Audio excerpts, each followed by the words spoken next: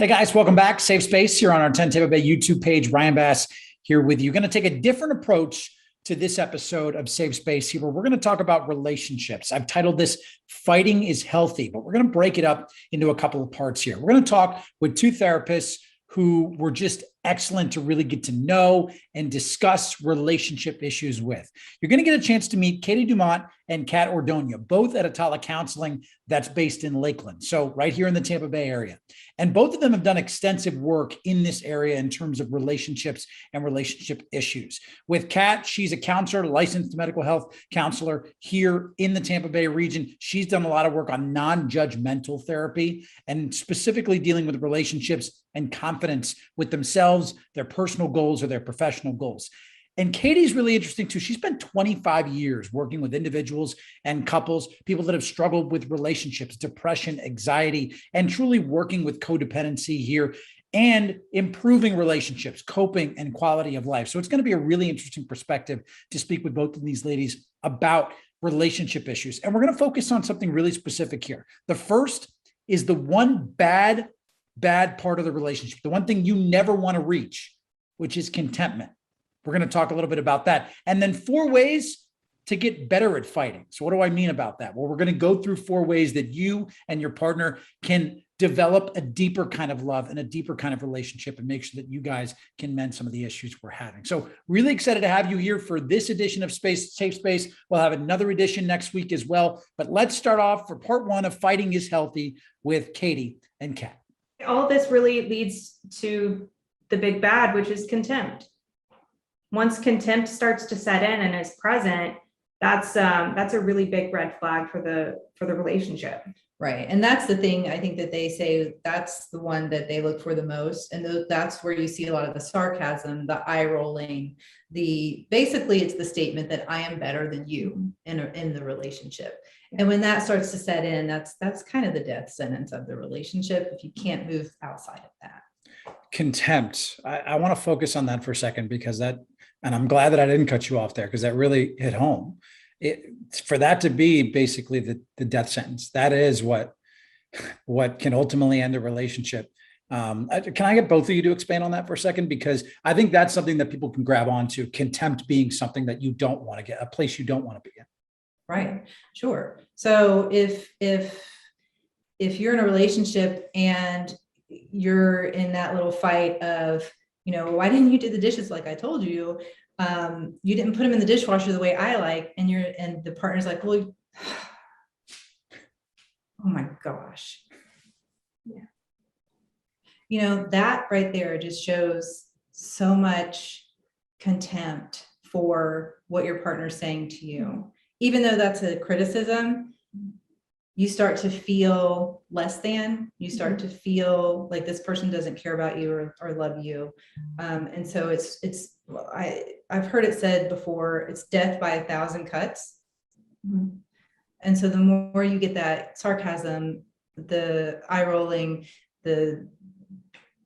that contemptuous, and it can those be remarks. It can be comments like you mentioned with the always and never. Well, I guess, I can never do anything right. Or, that real sarcasm or even taking that further, very hurtful, verbally abusive statements, about a person's appearance or weight or their role as a wife or a husband or a parent.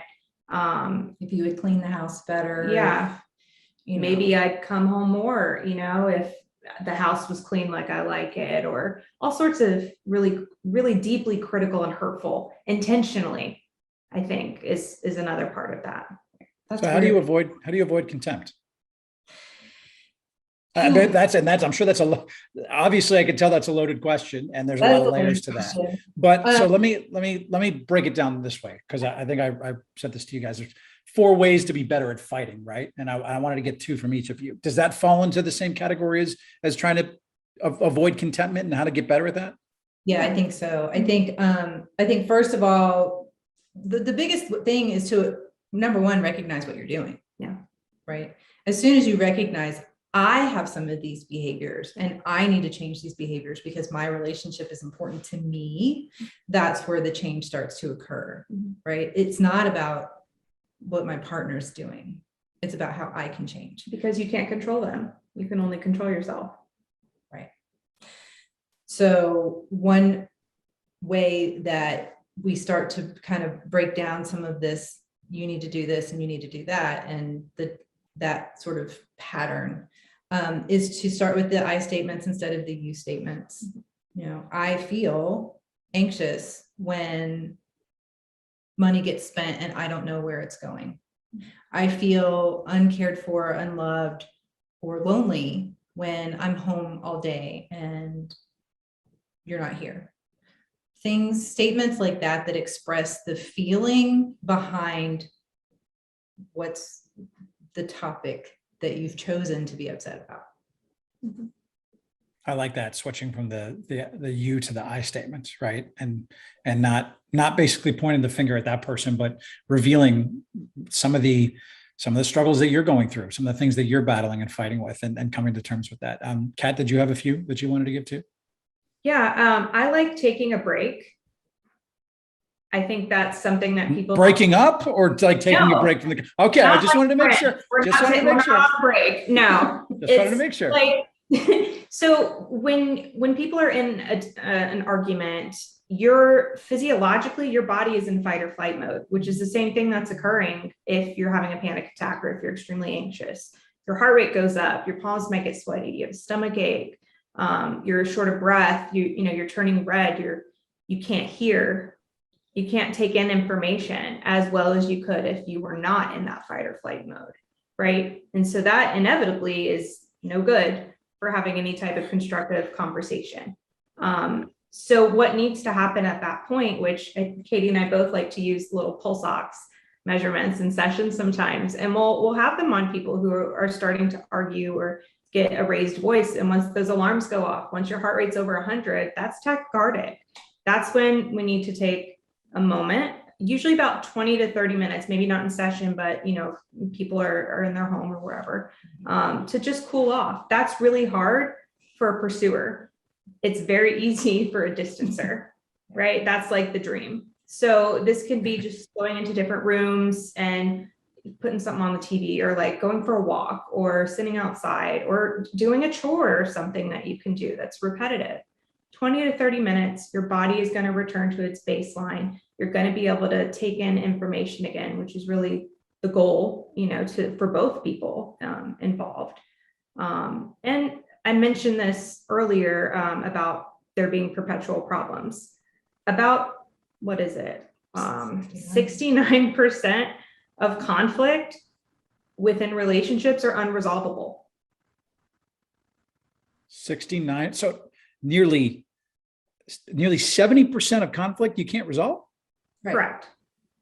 Why would that? I mean, that sounds astronomically high. Why is that the case? It does sound high, but you're two different people. I mean, when I think part of the issue is, like with Katie said, what's the intention and what's the outcome that you're hoping for, right? If it's to get that person completely to agree with you, that's unlikely to happen, right? Because we come from different backgrounds, different families, different attachment styles, different families of origin that might create who we become as adults, right? So it would be unreasonable to, believe that there would be absolutely no conflict, or all conflict is repairable.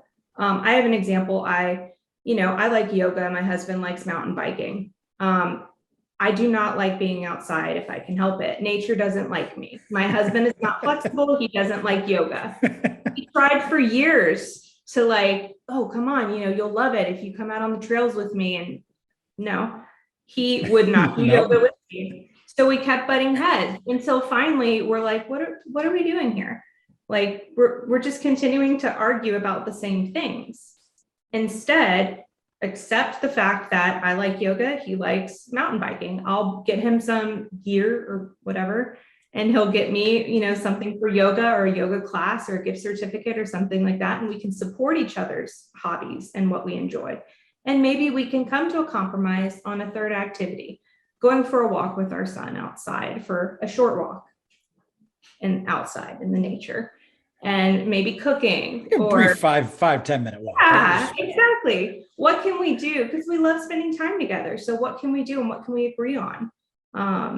And that may be something that some couples can do. And for other couples, they might be okay with not having that activity or something like that. So